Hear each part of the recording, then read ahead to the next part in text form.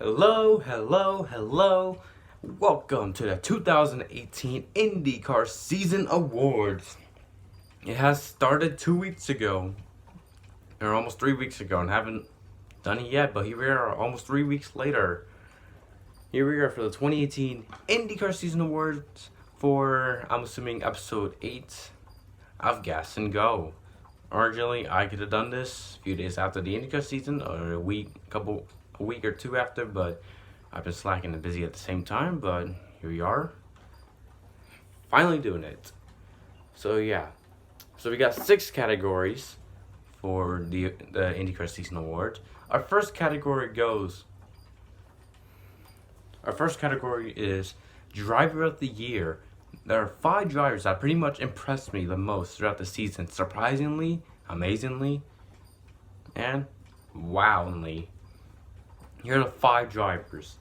The first category, Driver of the Year: Alexander Rossi, Robert Wickens, Scott Dixon, the 2018 IndyCar Series champion, and 5-time IndyCar champion now, Will Power, and Ryan Hunter-Reay. In my opinion, I say Alexander Rossi. He honestly has been surprising me all season long with his wins, his aggressiveness on track. And heck, he even he's done way better than Marco Andretti in the 27. And remember, I did fan votes on them, so I will go by fan votes and I will say my opinions on why I agree or not agree. I may have different opinions about it, who knows. So the Driver of the Year goes to Alexander Rossi by 51%, Scott Dixon by 20%, Will Power by 14%, Robert Wickens for 11%, and Ryan Hunter-Reay for 3%, and that means Alexander Rossi wins Driver of the Year. Our next category is the 2018 IndyCar Oval Race of the Year.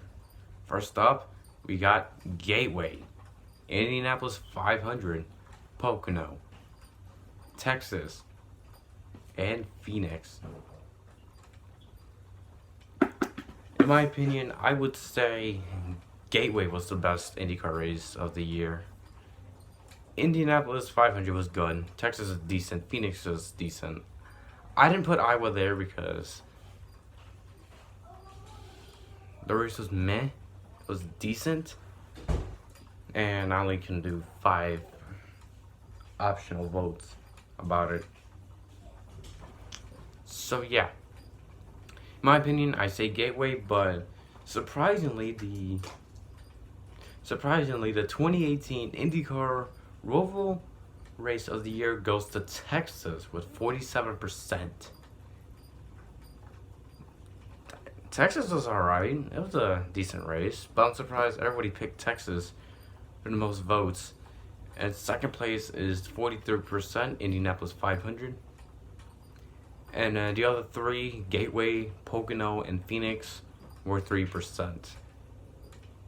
I don't really agree with some of the votes, but oh well, the vote says it all. It's a fan vote, I get it. But in my opinion, I say Gateway was the best race of the year. Moving on. And here we are, the third category of the awards. The 2018 IndyCar Road and Street Course Race of the Year. On the list, we got St. Petersburg, Mid-Ohio, Portland, the Indy Grand Prix, and Toronto. In my opinion, there were a lot of road course races. There were some road course races that were good, but I picked those 5 because it was actually good.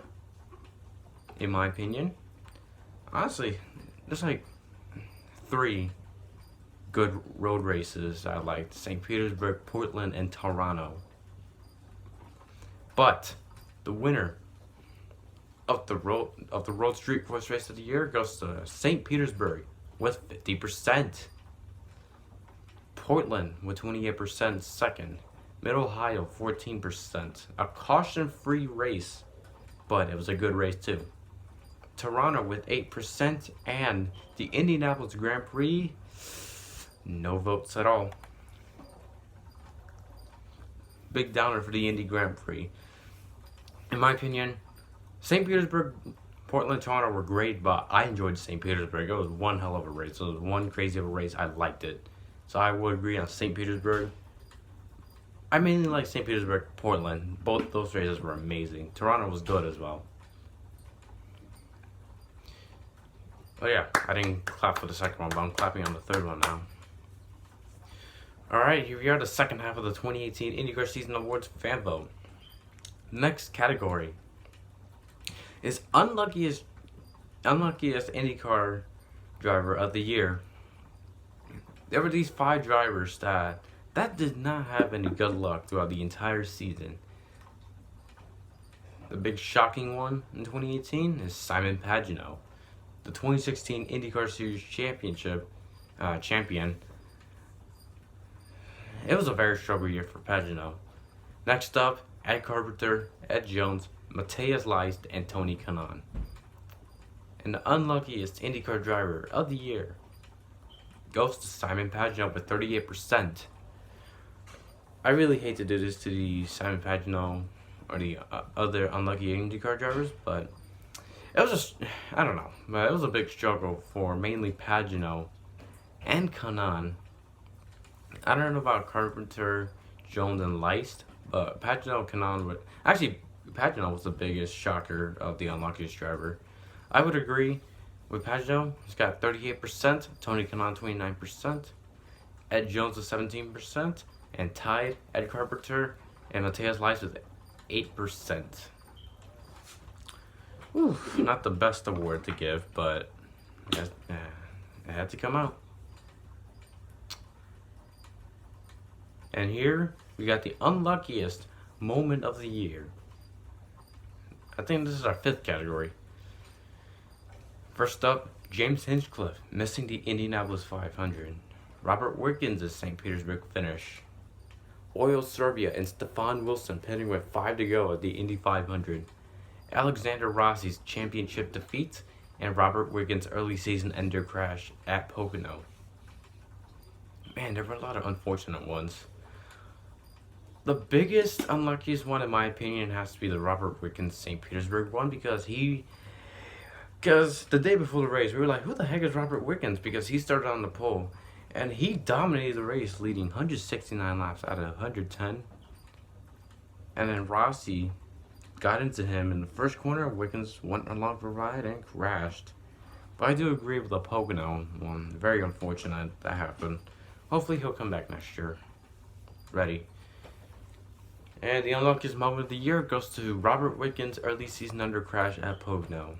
Like I said, very unfortunate that his great rookie season ended early. Honestly, besides the positivity side about his rookie season, amazing. I was so amazed about that. Second place is James Hinchcliffe missing the Indianapolis 500. I still find that shocking that happened. And then tied for 3rd, Alexander Rossi's championship defeat at Sonoma, and Oil Serbia and Stefan Wilson pitting 5 to go at Indy. And last, surprisingly, Robert Wickens' St. Petersburg finish. I thought people would be more shocked about the St. Petersburg ones than the defeat or the 5 to go thing. I don't know. My main opinion is Wickens' St. Petersburg, Hinchcliffe missing the 500, and the Pocono one. Those are my main picks. Alright, here we are. Finally, the final category is the surprising moments of the 2018 IndyCar season.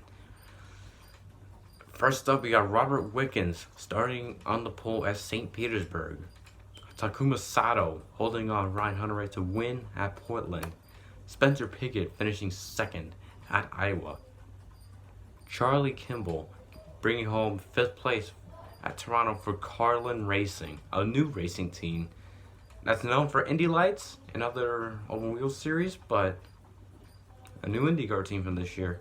And finally, Marco Andretti starting on the pole at Detroit, race number 1. Oh boy, they're all tough in my opinion. In my opinion, all of them, they were so surprising. I can't decide. I can tell you this, Wickens, at St. Pete was shocking. Sato holding up on a Ray. Yeah, I think Sato had good strategy. That's why he held him off.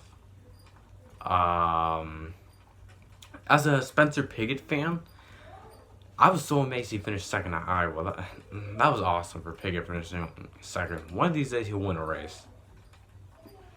Charlie Kimball bringing home 5th place at Toronto for Carlin. I was amazed that happened. I was like, oh my god, I can't believe Carlin Racing finished in the top 5. And Andretti, one of the IndyCar's bust, in my opinion. He started out the pole for the first time in 5 years. Pretty cool for him. In my opinion, the most shocking one is Charlie Kimball bringing home 5th place. But everybody says the winner of the surprising moments of the 2018 IndyCar season goes to Robert Wickens, starting on the pole at St. Petersburg for 58%. Yes, that was surprising. At least Wickens had a great race before the crash on the restart. Second place is Takuma Sato holding up Ryan Hunter win at Portland. I'm actually surprised people picked that the most. And then Marco Andretti starting on pole at Detroit for 6%, and tied for 4th, 5%. For Spencer Pigot finishing second at Iowa, and Charlie Kimball bringing home 5th place at Toronto for Carlin. Yep, it was a great IndyCar season, and I can't wait for St. Petersburg in 2019. Hopefully it'll be another good year. And if you guys liked the season awards for Racing Series, let me know in the comments below. I would be glad to do more. It's my first time doing like an award show for Racing Series. Hopefully I can do like an ARCA one when the ARCA season ends and all that stuff. So yeah. Yep.